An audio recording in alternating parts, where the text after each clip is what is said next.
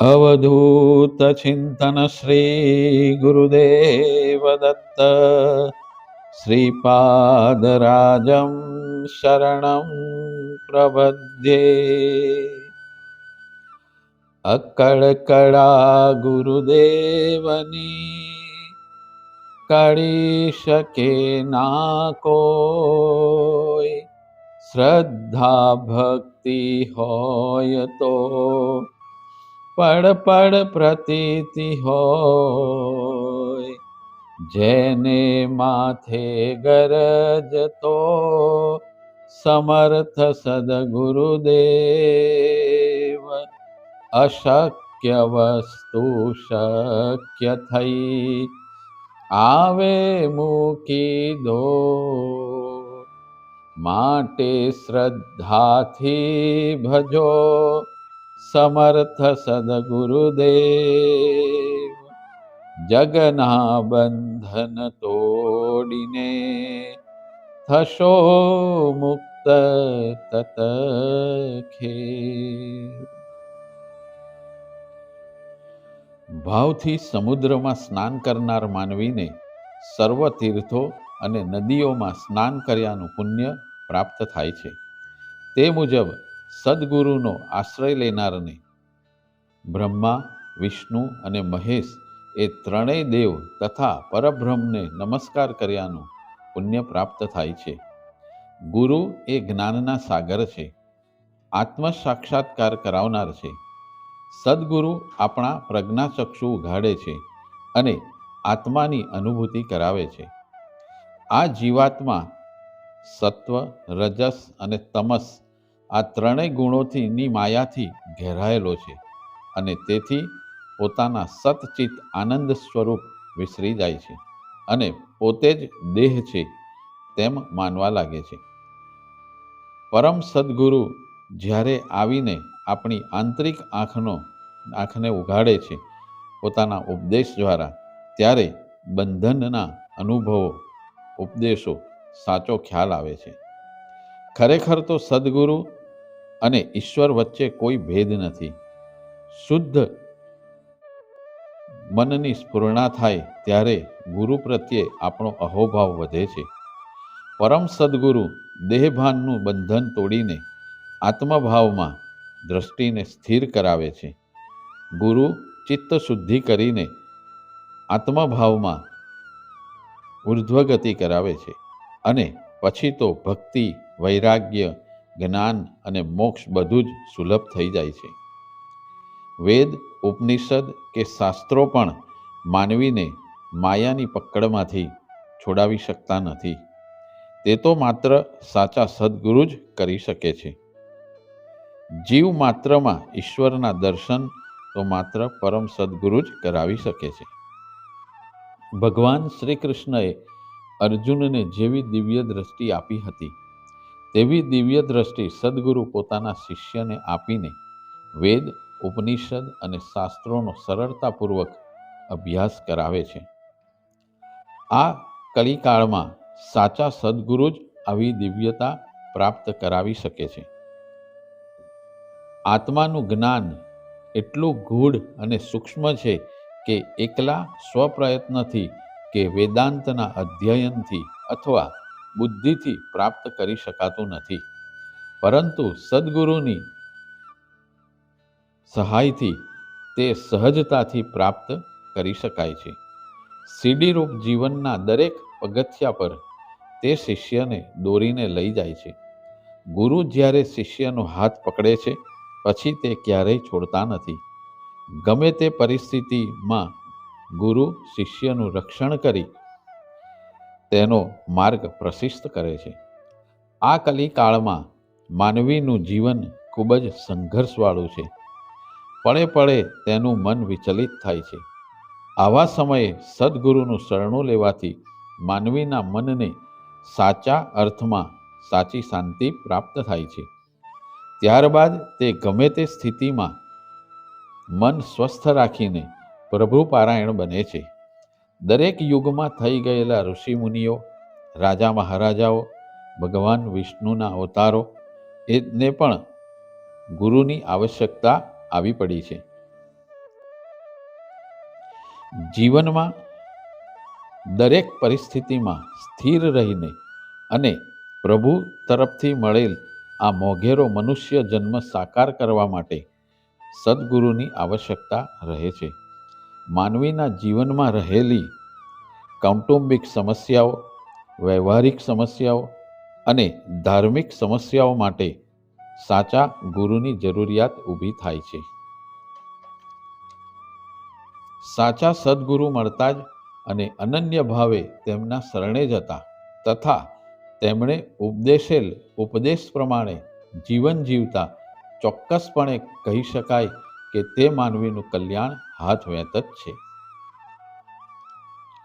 આપણા જીવનમાં સાચા ગુરુની આવશ્યકતા કેમ છે તે દત્તા અવતારી પરમ પૂજ્ય રંગવદૂત મહારાજ દ્વારા રચિત શ્રી ગુરુ લીલામૃત ગ્રંથમાં વર્ણવેલ પ્રહલાદના પ્રસંગ દ્વારા આપણે સમજવાનો પ્રયત્ન કરીએ. જેને માટે ભગવાને નૃસિંહ અવતાર લીધો અને દૈત્ય કેસરી હિરણ્યકશ્યપુને મારીને પરંપરા ચાલી આવેલા રાજ્યની ગાદી ઉપર બેસાડ્યો તે ભક્તો ઉત્તમ પ્રહલાદ નીતિથી રાજ્ય ચલાવતો હતો. નારદ મુનિના ઉપદેશ અનુસાર પ્રહલાદ હંમેશા ભગવાનનું ચિંતન સ્મરણ કરતો હતો. છતાં પણ આત્મજ્ઞાન થયું ન હોવાને કારણે મન કાયમ શાંત રહેતું ન હતું. કોઈ વાર મન મૂઢ બની જાય તો કોઈ વાર એ ભટકતું રહે અને વળી કોઈ વાર એકાગ્ર થઈ જાય. કોઈ વાર મનમાં આનંદ ઉભરાય આવે તો કોઈ વાર ચિંતામાં ડૂબી જાય. અવિરત 24 કલાકની શાંતિનો અનુભવ થતો નથી એટલે અતિશય ઉદાસ ખિન્ન થઈ જતો. શિકાર રમવાને બહાને મૂંઝાયેલો એ પ્રહલાદ એકલો વનમાં ભટકે છે. સહ્યાદ્રી પર રખડતા સદભાગ્યે કાવેરી નદીના કિનારે એક અજાણ્યા પુરુષને જોયા. આ પુરુષ જમીન પર અજગરની જેમ લાંબા થઈને સૂતા હતા. એનું શરીર ધૂળથી ખરડાયેલું હતું અને વર્ણાશ્રમના ચિહ્નો કળી ન શકાય તેવા હતા. એ પુરુષની નિર્મળ, નિશ્ચળ અને સ્થિર આંખો તેજથી ટપકતી હતી. આવા અવધૂતને જોઈને એ ધીરજવાન ભક્તે પ્રણામ કર્યા અને 2 હાથ જોડીને પૂછ્યું કે હે પ્રભુ, આપ આમ નિર્ધન જણાવ છો તો પણ ખાનપાનથી પુષ્ટ થયેલું હોય એવું આ શરીર કેમ જણાય છે? આપનામાં શક્તિ હોવા છતાં આપ મહેનત કરતા જ નથી એવું જણાય છે. ઉદ્યોગથી ધન મળે છે અને ખાનપાન વગેરેના ઉત્તમ ભોગો વિત્ત હોય તો જ મળે છે. ભોગને લીધે શરીર પુષ્ટ બને છે. આપનામાં તો બધો વિરોધાભાસનો યોગ જણાય છે. મહેનત કરતા નથી છતાં શરીર હૃષ્ટપુષ્ટ છે. તમે મહેનત કર્યા વિના આળસુની જેમ સૂઈ રહ્યા છો. તમારામાં કોઈ મહત્વાકાંક્ષા એટલે કે ઈચ્છાઓ નથી અને તમે ચેષ્ટા વિનાના છો. તો પણ આપનું શરીર આવું પુષ્ટ કેવી રીતે થયું તે તમને યોગ્ય જણાય તો મને કહો. મૂઢ હોય તેને કામ ધંધો મળતો નથી, પણ આપ તો અમૂઢ છો. આપ તો જ્ઞાની અને હોશિયાર જણાવ છો. બધું જાણવા છતાં અજાણ્યા જેવા કેમ દેખાવ છો? આ વિચિત્ર પ્રકારના લોકોને જોઈને આપને કોઈ ક્ષોભ થતો નથી અને રાગ દેશ વગરના થઈને સમાન દ્રષ્ટિથી અને ક્ષોભ વગર વર્તો છો. પ્રહલાદના આવા વચન સાંભળીને અત્રિપુત્ર ભગવાન અવધૂત મંદ હસતા હસતા બોલ્યા કે હે નારદ મુનિના શિષ્ય પ્રહલાદ, તું સાંભળ. આને એટલે કે માનવ શરીરને તું કર્મભૂમિ જાણ અને એ સ્વર્ગ, મોક્ષ અને નરક ત્રણેયનું એક જ દ્વાર છે. વિષય તૃષ્ણાને કારણે અન્ય યોનિઓમાં ભમતો જીવ અત્યંત પુણ્યને લીધે મનુષ્ય લોકમાં જન્મ લે છે. એ સુખ મેળવવા માટે શરીર ઘસી નાખે અને અનેક પ્રયત્નો કરે છે અને સુખ કરતા દુઃખથી તેના પ્રાણ વ્યાકુળ થાય છે.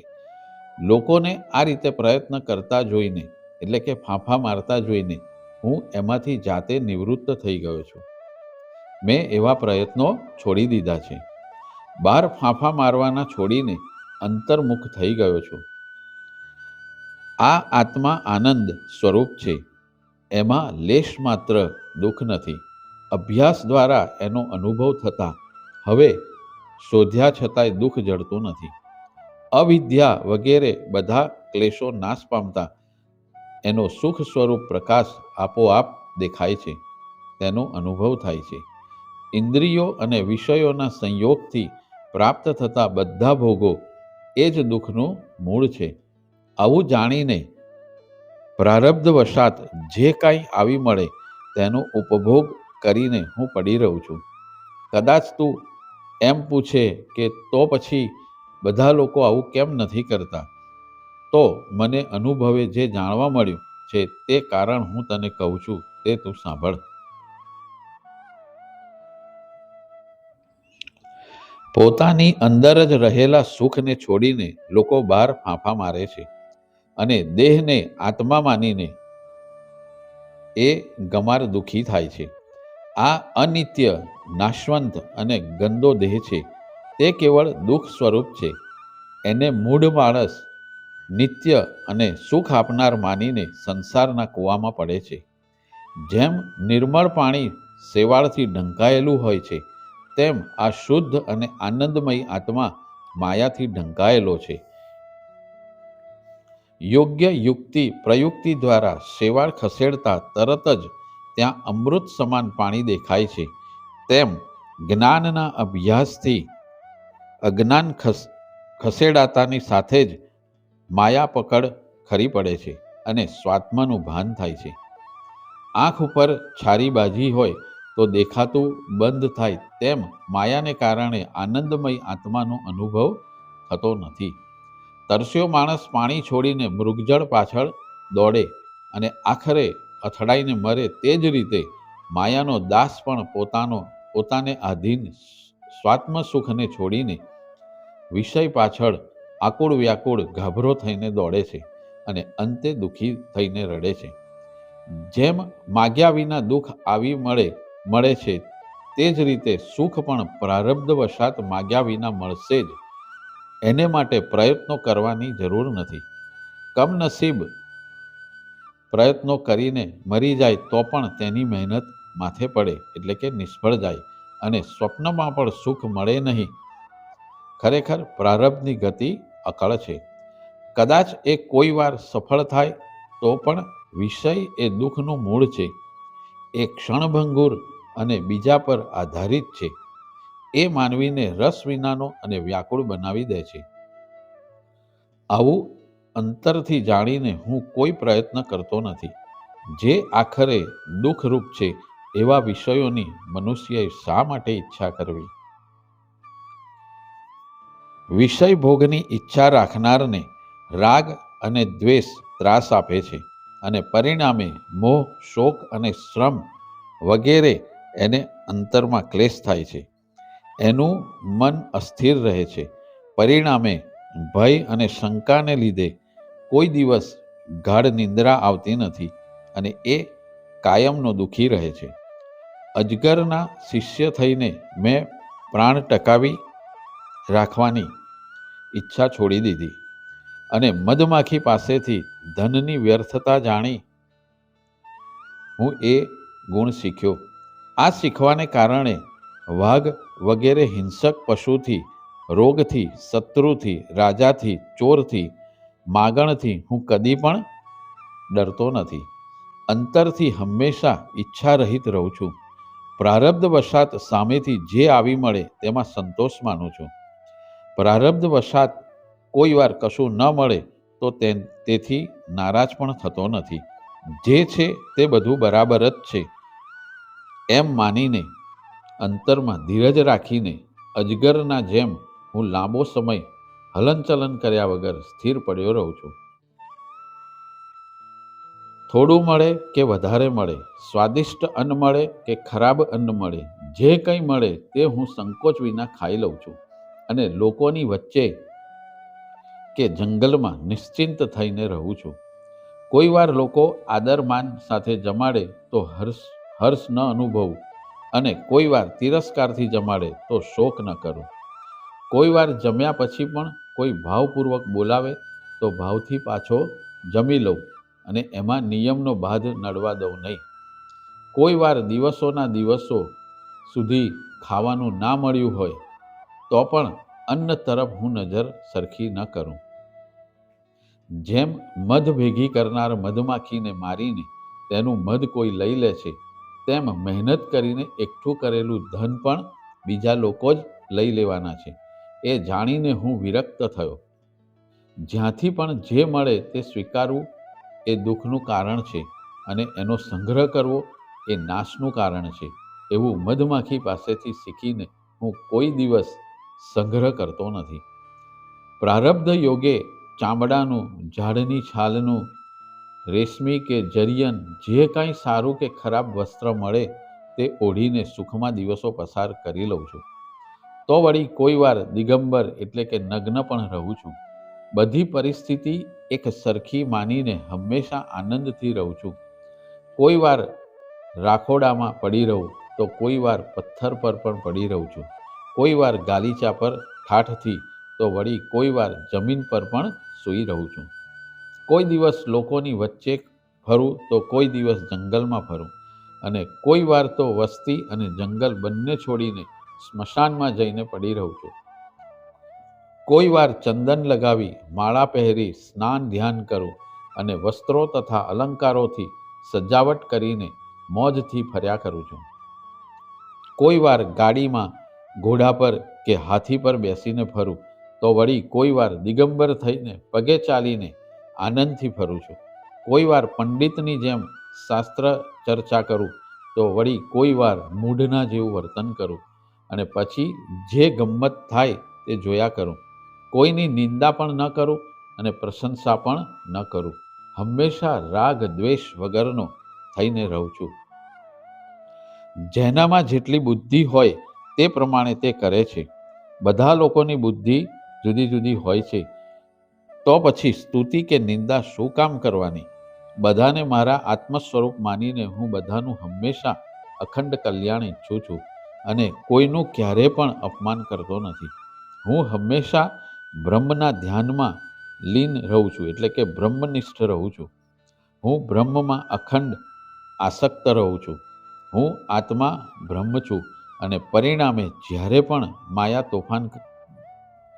માયા તોફાન કરતી નથી, એટલે કે મને ક્યારેય હેરાન નથી કરતી. બ્રાહ્મણ હોય કે ચાંડાલ હોય, ગાય હોય કે કૂતરો હોય, મારે મન બધા બ્રહ્મ સ્વરૂપ જ છે અને તેથી બધાને સરખા માનું છું. ઊંચ નીચનો ક્યારેય ભાવ રાખતો નથી. મેં બધી વાસનાનો નાશ કર્યો છે. હું એક અને અસંગ છું એમ વિચારીને હંમેશા અંતર્મુખી રહીને સ્વસ્વરૂપમાં સ્થિત રહું છું. હું નિજાનંદમાં મસ્ત બનીને અખંડ આનંદમાં ફર્યા કરું છું. હું બધી અવસ્થાથી પર છું. મને શોક કે દુઃખ કશું જ નથી. બહારના વિષયોની આસક્તિ છોડીને અંતર્મુખ થવાથી જ અવિદ્યા બધા ક્લેશો મૂળમાંથી નાશ પામે છે અને કાયમી શાંતિ એટલે કે અક્ષય શાંતિ મળે છે. મિથ્યા શંકાને ચિત્તમાં હોમીને વિષયાત્મક મનમાં ચિત્તને વિલીન કરવું અને પછી મનને અંધકારમાં લીન કરી દેવું, પછી અહંકારને મહત્તત્વમાં અને બુદ્ધિને માયામાં વિલીન કરી દેવી, પછી છેવટે બધા કારણોના કારણ એવા સર્વાત્મામાં માયાને વિલીન કરવાથી માણસ મોક્ષપદ એટલે કે નિર્વાણને પામે છે. બધામાંથી મને પાછું વાળી લઈને અંતર્નિષ્ઠ થવું, શાંત અને હંમેશા ઇન્દ્રિયોના ચંચળપણા વગરના થઈને એક અને અદ્વૈત નિષ્ઠ રહેવું. શુદ્ધ પરાત્મા એવો હું એક છું, અસંગ છું, એકદમ નિશ્ચલ એટલે કે સ્થિર છું, બ્રહ્મરૂપ છું. તે હું છું એવો જ્ઞાન વિવેક સારી રીતે દ્રઢ થતા વ્યક્તિ તરત જ મુક્ત થાય છે ને એમાં જરા પણ વાર લાગતી નથી. દત્ત ભગવાન કહે છે, તને આ બધું રહસ્ય કહ્યું, હવે સાવધાનીપૂર્વક એકાંતમાં રહીને તું એનું હંમેશા મનન કર. વાણી વિલાસ કરવાનું બંધ કરી દે. આ જ્ઞાન ખાસ કાયા જેવું અને યોગ્ય અધિકારી સિવાય બીજાને પચતું જ નથી. આવું બોલીને દત્ત દિગંબર ભગવાન એકદમ મૂગા થઈ ગયા, એટલે કે બોલવાનું બંધ કર્યું. પ્રહલાદે પણ એમને અંતરમાં ઓળખી લીધા અને સદભાવનાપૂર્વક વંદન કરીને પૂજન કર્યું અને એમની આજ્ઞા એટલે કે રજા લઈને રાજ્યમાં આવ્યા. રાજ્ય, સ્ત્રી અને પુત્ર વગેરેમાં આસક્ત થયા વિના એટલે કે અલિપ્ત રહીને તત્વચિંતનમાં ડૂબ્યો રહીને પ્રારબ્ધ વસાત આવી પડ્યું છે એમ માનીને તે રાજ્ય ચલાવતો હતો.